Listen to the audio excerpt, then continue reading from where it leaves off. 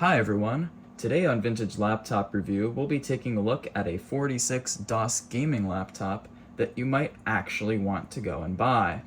Now, I've talked before on this channel about what I think the outright best options for DOS gaming are in these 1994-95 laptops, the Winbook XP and XP5. And if you want my thoughts on why I think they're the best out there, you can go watch my XP5 review, which I'll leave linked in the description. But as I talked about in that review, while they are great designs and spec'd really well, they're just not very practical because they're horribly unreliable. It took me 2 XPs and 3 XP5s to get one of each that works properly. And you probably don't want to do that. I'm just a little nuts, so I did. But if you're looking for a nice DOS gaming laptop, you're going to want something like this. So let's review it. Now, what is this? Well, it's a machine that there's a fair chance you've seen before, and that's because this is by far the most common ODM laptop of 1994, and one of the most common ODM laptops of all time. These sold boatloads. I actually think, according to one statistic I saw, I don't know how true this is, but I saw somewhere that Midwest Micro, the OEM reseller that sold this machine, at one point made it into the top 3 in laptop sales in the US. I don't know how true that is, but I mean, I don't know about top 3, because there are a lot of Toshibas and Compaqs and IBMs on the used market today. But these are pretty common. You'll always find a few of them on eBay at any given time, and a lot of them are these Midwest Micro machines. Now, fun fact, this one's an Elite, as you can see. They were also behind the Ultra branded versions, which you might know if because Action Retro reviewed an Ultra branded one of these many years ago.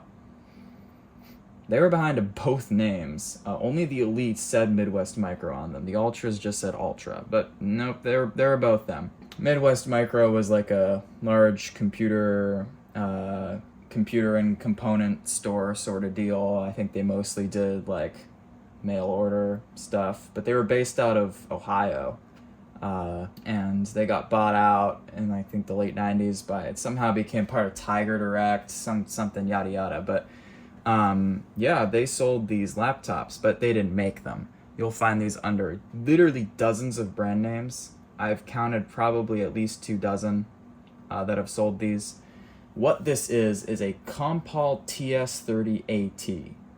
Compal being the ODM, and they are still in business today. They're enormous. They have been very successful. What they do now, after the sort of generic laptop market withered and died in the 2000s, they really shifted their business strategy to being the contract manufacturer for all the big brands. Like companies like Dell get a lot of their laptops manufactured by Compal. And Dell's just one of many names. I know Framework gets their laptops made by Compal, but they're custom designs. The company will set the designs. Compal might do the board layout, and they'll manufacture the machines, but yeah. This is not a custom, this is a generic. Now, this is part of the TS30A series, and you'll see here, this is an AT, and the T means TFT, active matrix.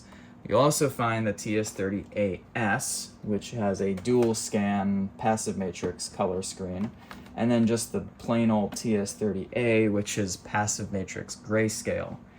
Now, unfortunately, the ATs are rare. They're not easy to come by, and as you'll see, this one's in rough shape. This is the one I could get my hands on. It's not in good condition, but it's functional. And that would be the main barrier to getting one of these. Getting a TS30A, easy. Getting an AT, not easy. So what's the design like? Pretty typical. It's a good design though. Front's blank, because the entire front pretty much is just the battery bay. Check out this big old battery, this thing's huge. And you notice this cover is a different color. Again, this is the battery. This one's in rough shape. The battery door that this one came with splintered. And so this is a battery from an Epson Action Note 650C, which is a TS30AT, but Epson got them custom made with darker gray plastic. The Epson versions also didn't have sound. They got that stripped out.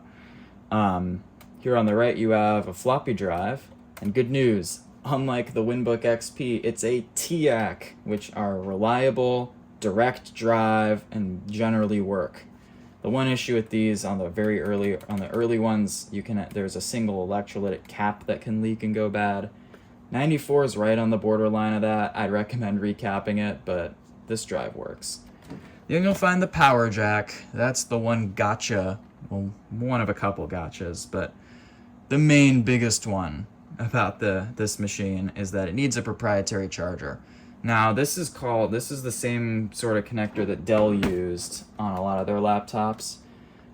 People call it proprietary. It's actually not. It's a Hyros connector from their RP34 series. There was a 3-pin and a 4-pin version. And the main issue with these is there's a bunch of different ways they could be keyed. So that's like the little notches here in the corners. And everyone loved to use different pinouts. So even if a charger happens to fit from another machine, there's a fair chance that you won't have a good time if you try to use it. So you really do want the original charger. And this is it. It is part number TSA3, as you can see. And what's really annoying about Compal's laptops is they use this connector on all of them in the 90s, but every generation they'd switch to a new charger with a different voltage and keying and probably different pinout. So the TSA3 is really only for these. All their earlier and later ones used like a TSA1 or a TSA5 or blah, blah, blah, blah. Even their Pentium version of this laptop, which they released less than a year after this one came out, the TS30P series, which used the same case design, used a different charger. Amazing. On the back is where you'll find all the I/O and stuff. You have a power button here, serial port, parallel port, VGA out, white. That's kind of interesting. I don't see white VGA ports very often. PS2 port. Then you'll have a line input. That's a weird icon for a microphone or line input, but that's what that'll be. And then your line output. And then a dot connector down here. I do know some of the vendors that sold these stripped out the dot connector. The Epson laptop's also missing that. And you cannot add sound to one of the ones without sound. The case molding for these isn't even there, and the sound is soldered on the motherboard, and you can't really add it. On the left, you'll have the battery bay, and then your 2 PC card slots. There is a door that goes here, but this one's missing it. On the bottom, you have 2 doors, which are both about to break off on this poor thing. This first one here gives you access to the RAM expansion card, which is under this part of the heatsink here. Now under the door you'll find the CPU heatsink. The CPU's under here. In order to get this out, you have to remove a screw at the back and then shimmy it out. It'll be nice and stuck to the thermal pad. The CPU in these is a standard socket 346. And then also over here is the proprietary RAM expansion slot. This one has 20 megs. I'll put what the max is on screen. I actually don't remember. Then once you have that door off, you can remove these 2 screws. And then behind this door is the hard drive bay. What's really funny about this laptop is this isn't just saying it as a Seagate hard drive. This is an asset tag. This computer belonged to Seagate at one point, but it didn't have a Seagate hard drive in here. Now, I think this is a different hard drive that I stuck in here. The drive it came with was dead, I'm fairly sure, but it was an IBM hard drive, I think. So that's pretty funny that the Seagate didn't use their own hard drives and the laptops they had at the company. So this thing's super upgradable, super easy to change out all the parts on, and having taken these apart before, they're not very difficult to disassemble. Now, if we open it up, you'll see your typical 1994 laptop design, although Compal was a little ahead of their time here. Well, that's giving them a bit too much credit. The original version of this laptop was actually called the TS30AT, and it came out in 1993. Those are a lot less common than the A30A units. But yeah, the original TS30AT only supported slower 46s, didn't have a sound card, that sort of thing. I don't think it had an active matrix version either. But it had the same design. And at the time, for a PC laptop, having the keyboard at the back and a trackball right below it, that was a new thing. It was just starting to become a thing. So they were ahead of their time there. But ahead of their time in quotes, because Apple did it 2 years earlier, but PC industry was behind. But yeah, you got your keyboard here at the back. This is a standard Sunrex keyboard. If you look around, you'll see a lot of laptops that have this light gray keys, dark gray keys around the sides, and then light blue for the secondary functions. That's a Sunrex keyboard. And these keyboards are all, I mean, they're decent.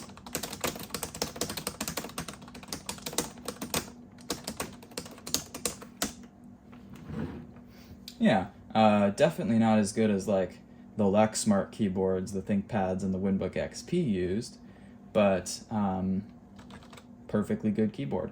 And the trackball is good too. It tracks well. I mean, it's hard to mess up a trackball when a Logitech is the only one who was making them for laptops at the time, pretty much. Alps I might have run into an Alps trackball once. Nah. Yeah, you know what? I think Alps did the compact LTE light trackballs, if I remember right. But yeah, the buttons here are nice and clicky. They feel good. It is kind of weird that they're on the left and right, but you can use it like this if you want, with your middle finger on the ball. Or you could just do it like this. I guess you could use your thumb. You've also got a secondary LCD here for your status indicators. Very trendy in 1994. But overall, the design on this is solid. There's nothing egregiously annoying about it. It's very nice to use. Now, let's just fire it up.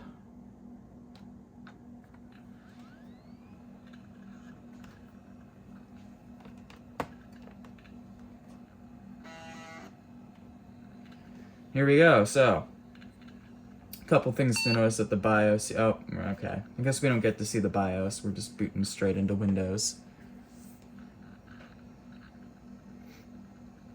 This screen looks so this screen, I'm not sure who made it, because the screen works fine. And general practice on an old laptop with brittle plastic is, if your screen's working fine, don't take the bezel off just to see who made it. It's not worth it. So I haven't tried to do that, but it's a good screen. I guess it's either a, it looks kind of like a Sharp, might be a Sharp screen, but I'm thinking, my gut tells me it might be a Toshiba or maybe NEC. I'm really not sure, but it's a good panel. It's like a higher tier than what a lot of the ODMs were using at the time. Like your lower end TFT screens that didn't look quite as nice, or like Samsung and I guess Hitachi, although they weren't very common. But this is definitely a higher grade screen. Alright, so here we are at the desktop, and one thing you'll immediately notice is we're having an audio buzz. Ignore that, that is my fault. The speaker on this one was blown out when I got it, so I went to swap the speaker from my Epson Action Note in, and the speaker on these is soldered to like the daughter card that has the buttons for the trackball on it and all that. And instead of just desoldering it, I got really lazy and just swapped the daughter cards, which I shouldn't have done because the Epson didn't have a sound card and it was probably like a different revision, so it's causing all this like noise and stuff that shouldn't happen. So what I need to do is just swap the daughter cards again and desolder the speakers and switch them over. So just ignore that. Yours won't do that. So then, what sort of specs are we packing inside this? Well, this is about as good as it gets for a 46 laptop. It's a DX4 100, which is it isn't the fastest 46 ever made, but it's the fastest I've ever seen put in a laptop. I've personally never seen a laptop with one of the AMD DX4s that went faster than 100 megahertz. And I have done a ton of research into weird, obscure laptops for my website. I think I would have seen one by now if they existed. As I mentioned earlier, this has 20 megs of RAM, a very healthy amount, and also, yeah, it's the max. I have my spec sheet pulled up now. It is the max for this machine. So the video chip driving our beautiful TFT screen is Chips and Technologies 65540, which was their top-of-the-line video chip in early 1994. When these machines released, it would have competed with chips like the Western Digital WD90C24. So it's local bus, all that. Now, normally a high-end laptop in 1994 would have a megabyte of VRAM, and some of these do. I think this one probably does, since it's a high-end config, but they were also available with 512K, so that's a thing. Now, what about that sound card? It is an ESS Audio Drive 488, which was an 8-bit mono Sound Blaster AdLib compatible sound chip. And yeah, the ESS had like the ESS 688, which was 16-bit stereo, but I don't think it was actually on the market yet when this laptop was designed. This thing released in like January or around February 1994, very early 1994. This was one of the first of those last generation 486 laptops with DX4100 support and sound. So it would have been the best at the time. And it's a perfectly good sound chip, especially since this thing only has a mono speaker in it anyway. And for that FM synth compatibility, it uses an actual Yamaha OPL3. It wasn't until the Audio Drive 1688 that ESS implemented their own emulation, which is really good. But yep, authentic OPL. That's always nice. It is also worth noting, though, that there was a version of this laptop that had stereo speakers. I'll put a photo of it on screen now. So far, the only one of these resellers I've seen that had it was Scepter, which I've seen some references online that Scepter was owned by Compal, but I don't think that's true. That was a common source of confusion back in the day, that some company was owned or part of or backed by. Usually that wasn't the case, especially since Scepter is like still around today. But their version of these laptops did have a different looking palm rest with stereo speakers and a microphone. Although this might have a microphone in it too. I forget. But what I don't know is if the Scepter version of this had a newer board revision with like an Audio Drive 688. Since it has stereo speakers, I'd assume they gotta have put stereo sound in it.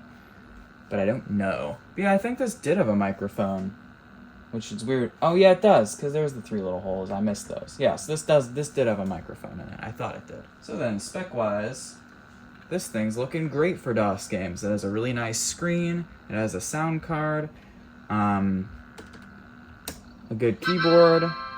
So, let's play some games. Let's start with Doom 2. Again, we're going to hear that buzzing feedback noise, but usually once the audio kicks in, it works fine. Do I not have sound configured? I do not. We have a Sound Blaster on... oh gosh. Is that the right port? Yep.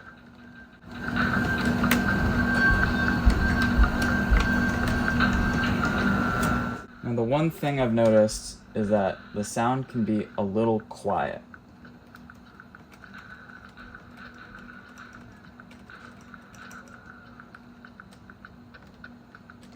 I mean, you can hear it, and you can always put on headphones.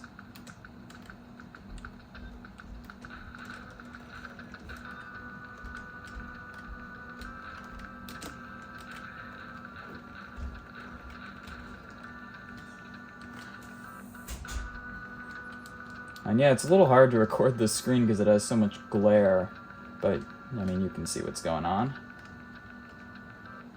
Exit, right there. I mean, I haven't honestly played Doom too much. Oh, I need to give it a proper playthrough. There's more exploring to do. I'm not exiting yet. Well, actually I will, because I have other games to show, but...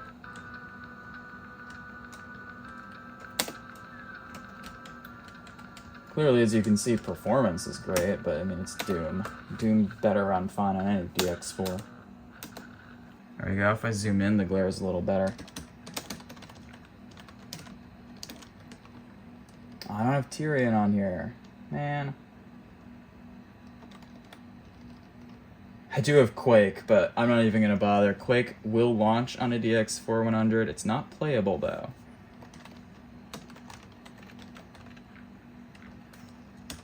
Let's do some Lemmings. Hey, I have mouse drivers on here. I normally don't. This one's a little louder.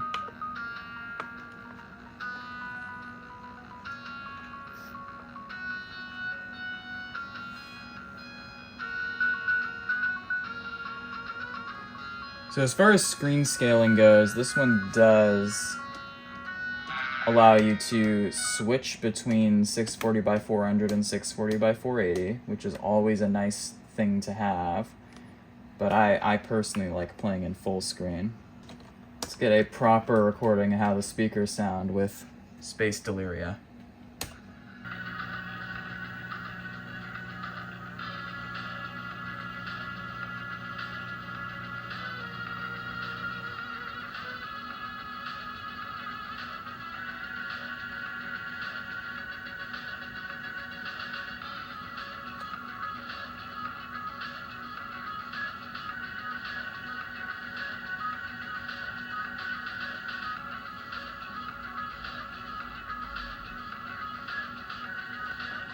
So yeah, I'd say the speaker's main issue is that it's just quiet.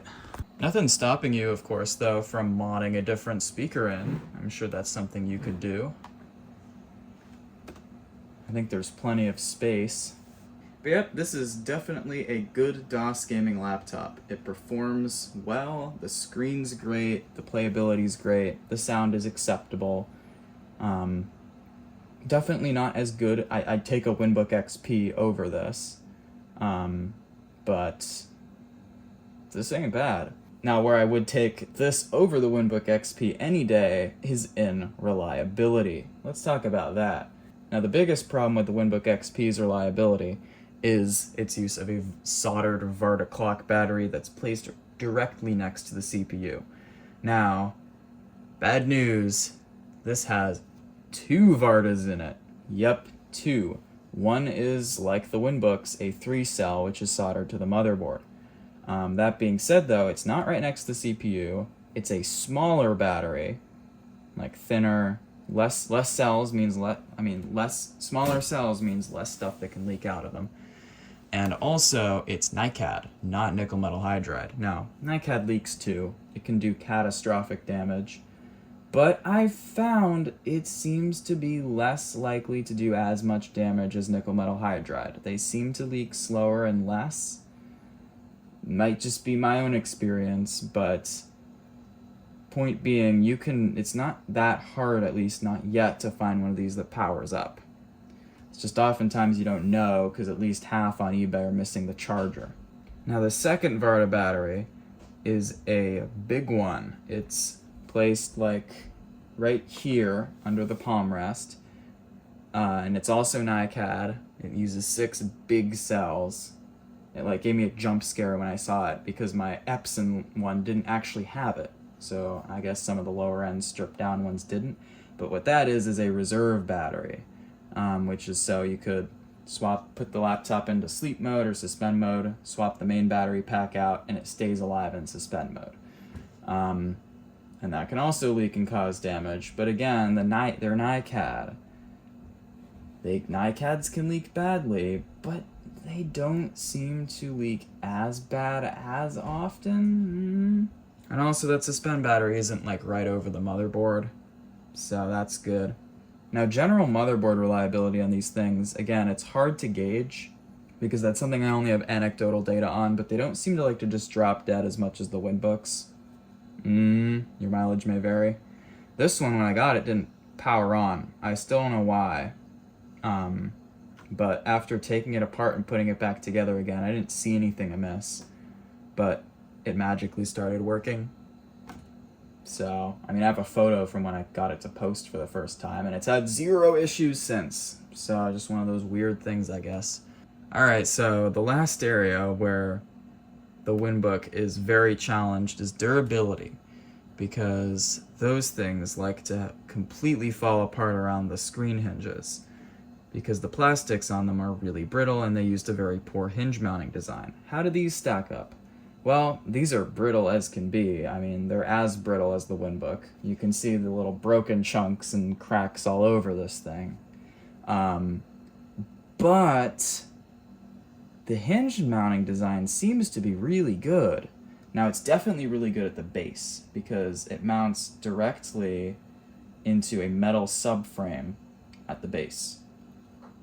That's how every laptop should do it. You never see one of these broken at the base because of that. Good job, Compal. They didn't do that on their future laptops, unfortunately, but this one they did. So that's good. At the screen they mount into plastic. I've seen photos inside the screen on one of these. The hinge mounts, though, instead of being like right here like they normally are, which of course 2 little hinge mounts right here, and you go like this, that's just terrible for the strain. Instead, what I've seen, you see the screw caps right here, they're like, the hinge goes up like this, and I think it's like if I remember right. It's like 3 screws up here. And that seems to be a lot better of a design. In any case, however they did it, I like never see these with broken plastic around the hinges. I saw one that did, but what's weird, I think it was actually impact damage, because it was like, if the hinge mounts are right here, the cracks were like here, and it looked like someone had whacked it in. It was like dented inward. So I think that one was impact damage. I've never seen one of these crack at the screen. So as far as hinges go, I mean, I'm sure someone will be like in the comments, oh yeah, I had one that blew into 1,000,000 pieces at the hinges. Sure. But you're not going to do much better than this with a 486 laptop. This is remarkably good as far as 486 laptop hinges go. So thumbs up to Compal. And this is one that might not actually fall apart on you. So then, my overall verdict on this is that it is honestly a pretty solid option. It's practical, because you can keep them running. It's spec'd really well. It's nice to use. So, well, yeah, you can find stuff that's a little better than this. This is close to as solid as it gets for one of these 30-plus-year-old machines. And I would definitely recommend picking one up if you have the opportunity and are looking for something like this. It is a good machine. But that's going to be all for today. This has been a review of the Compal TS30AT, and I will see everyone next time. Have a good one.